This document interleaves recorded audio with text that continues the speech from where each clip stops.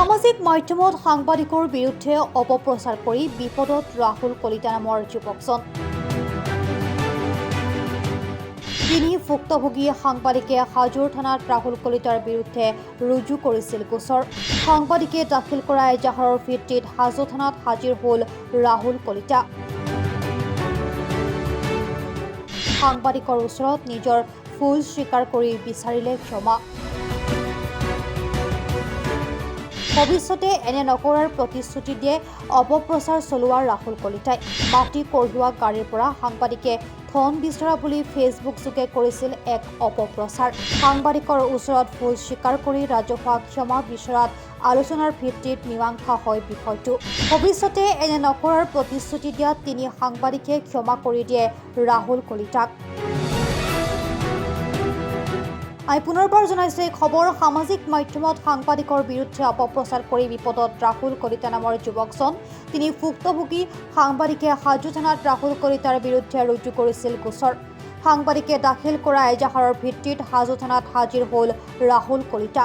সাংবাদিকৰ ওচৰত নিজৰ ভুল স্বীকাৰ কৰি বিচাৰিলে ক্ষমা। ভৱিষ্যতে এনে নকৰাৰ প্ৰতিশ্ৰুতি দিয়ে অপপ্ৰচাৰ চলোৱা ৰাহুল কলিতাই। মাটি কঢ়িওৱা গাড়ীৰ পৰা সাংবাদিকে ধন বিচৰা বুলি ফেচবুক যোগে কৰিছিল এক অপপ্ৰচাৰ। সাংবাদিকৰ ওচৰত ভুল স্বীকাৰ কৰি ৰাজহুৱা ক্ষমা বিচৰাত আলোচনাৰ ভিত্তিত মীমাংসা হয় বিষয়টো। ভৱিষ্যতে এনে নকৰাৰ প্ৰতিশ্ৰুতি দিয়া তিনি সাংবাদিকে ক্ষমা কৰি দিয়ে ৰাহুল কলিতাক। এইটো মই হাজো থানা মোক মাতিছিলে এই কেছটোৰ সন্দৰ্ভত আৰু ভুল হোৱা বুলিও মই স্বীকাৰ কৰিছোঁ। সেইটো মানে আচলতে কি হ'ল, মই এটা বেলেগ অন্য পক্ষৰ পৰা মই এইটো হোৱাটছআপ যোগে মই পাইছিলোঁ ভিডিঅ'টো। পোৱাৰ পিছত মই তাত যিখিনি কেপশ্যন দিছোঁ সেইখিনি মোৰ ভুল, আৰু সেই ভিডিঅ'টো পাই কিনে মই যিটো কেপশ্যন লিখি কিনে দিছিলোঁ তাৰ কাৰণে মই মাফি বিচাৰিছোঁ। কি বুলি দিছিলে ফেচবুক কেপশ্যনটো মই এইটোৱে দিছিলোঁ যে কেইজনমান সাংবাদিকে যোৱাকালি নিশা উখুৰাত মাটিৰ ডাম্পাৰ এখনত ধন দাবী কৰাৰ মুহূৰ্তত ৰাইজৰ ৰোষত পৰিল বুলি দিছিলোঁ। আপোনাৰ তাত ধন দাবী কৰাৰ তথ্য আছে নাই নাই নাই, আপুনি কিয় দিছিলে এনেকুৱা? মই সেনেকেই দিছিলোঁ। সেইটো মোৰ মতে উদ্দেশ্য একো প্ৰমাণিত নাছিলে, এইটো মোৰ ভুল হোৱা বুলি সেইকাৰণে মই স্বীকাৰ কৰিছোঁ। ব্যক্তিগত আকৰ্ষৰ কাৰণে দিছিলে? ব্যক্তিগত আকৰ্ষো নাই মোৰ, কাৰো লগত মোৰ ব্যক্তিগত আকৰ্ষো নাই। আকৰ্ষত থাকিলেতো মই ডাইৰেক্টলি নাম ধৰিয়ে দিলোঁ হয়, মই নাম ধৰি সেইকাৰণে দিয়াও নাই। ব্যক্তিগত মোৰ একোৱেই নাই। আৰু মই সেইটো দিয়া গৈছিলে, এইটো মোক যিটো অন্য পক্ষৰ পৰা দিছিলে সিয়ে মোক আচলতে কৈছিলে যে এনেকুৱা এনেকুৱা কৈছিলে।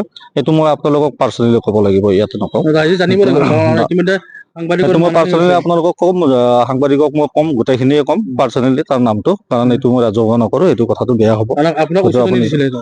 উচতনি বুলি নহয়, আৰু সি মোক টোটেলি দিছিলে যে এইটো যে এনেকুৱা এনেকুৱা যোৱাকালি নিশা এনেকুৱা মাটিৰ ডাম্পাৰ ধৰিব যাওঁতে এই দশা হৈছে ইহঁতৰ, এনেকে বুলি মোক এটা লিখিও দিছিলে। সেইজন আচলতে ৰিপৰ্টাৰে আছিলে, সংবাদদাতাই আছিলে।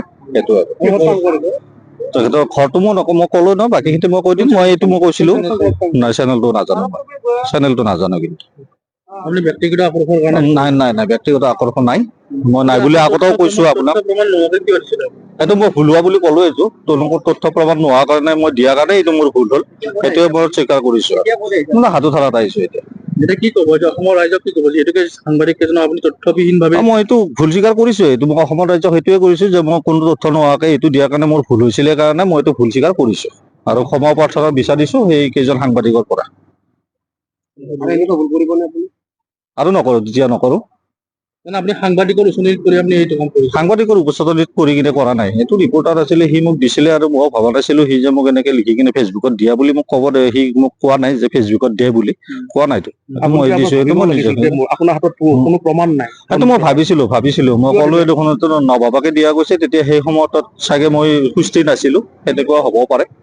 সেইটোৱে আৰু সেইটো সময়ত চাগে মই সুস্থিৰ নাছিলোঁ, মগজুটো মোৰ চাগে সুস্থিৰ নাছিল, এনেকুৱা অৱস্থাটো হৈ যাব পাৰে। কেতিয়াবা বাই মিষ্টেক, কমন মিষ্টেক হৈ যায়, সেইটো গম পায়।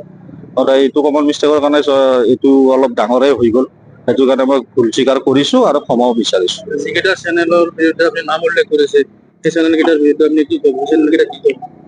সেইটোৱেইটো মই ক'লো, এইটো ভুল স্বীকাৰ হৈছে বুলি। সেই চেনেল কেইটাকো কৈছোঁ যে কোনো তথ্য নোহোৱাকৈ মই দিয়াৰ কাৰণে এই চেনেল কেইটাৰ ওপৰতো মই ভুল স্বীকাৰ কৰিছোঁ।